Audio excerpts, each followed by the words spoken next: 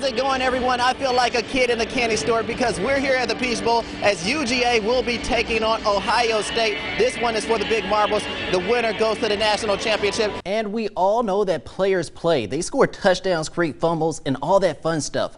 But college football wouldn't be the same without the band. Now, the person that I really want to concentrate and spend my time talking about is going to be Aaron Wise, and that's for a variety of different reasons. This young man has already finished this round. He's locked in. He's focused. Has it sunk in yet that you all will be playing for a national championship once again? And tell me, how does that feel? Explain to me what makes this team special. If Georgia Southern's athletic program were stock, I would be all in. And Barbie, he's got his Barbie colors on today. We love to see it. Don't tell my secrets. I got the Barbie colors on. You heard the saying, get knocked down 9 times, get up 10. Well, the South Carolina Gamecocks are down in the Super Regionals against number 2 Florida. If USC loses today, coaches and players turn in their equipment, go home.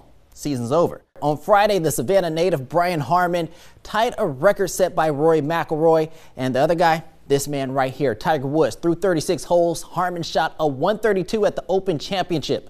That's 10 under. And now the next question is, can Harmon maintain that lead? That's the reason why you see this question mark right here. Starting from the bottom, now we're here. That's Kevin Cox signing his letter of intent to play college baseball. But only if you knew his story and how far he had to climb just to get this moment. Warning, this story contains images some viewers might find disturbing.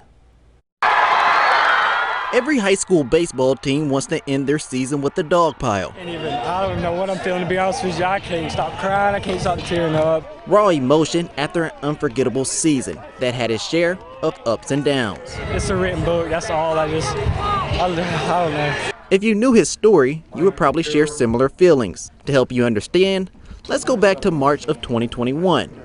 When Kevin started feeling pain in his elbow. So he went through his 9th grade, partial 10th grade until COVID, and he's like, Mama, something's just wrong. Kevin had a partial tear in his UCL. Gave us the option. He said he can have Tommy John surgery and still pitch again, or don't have Tommy John surgery and he can at least still play second base. With his heart still connected to the diamond, Kevin opted for surgery. Almost 1 year later, Kevin returned to the field, but his return would be short-lived. And that pop fly went up. I was like, oh, I got this. All I could think in my head was, I got it.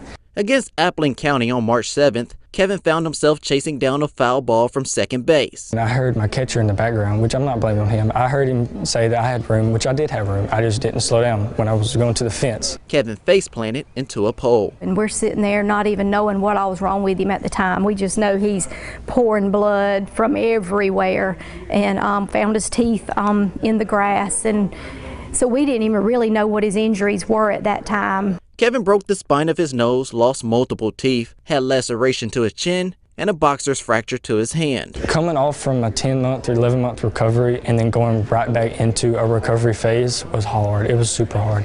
That was when I was kind of like, I don't really want to do this no more. And he said, Mom, I'm quitting. I said, you're not quitting. I said, we're going to Dr. Aaron. The same doctor who fixed Kevin's elbow. After another round of surgeries and intense therapy, Kevin returned to the field in 4 weeks. That kind of made me realize, like, you can't take nothing for granted. Can't just jump out and say things. You got to play the game, trust it, and if you get hurt, recover and bounce back. That's exactly what Kevin did. Vidalia went on to win 30 games this season. Kevin will be a key contributor to the team's success.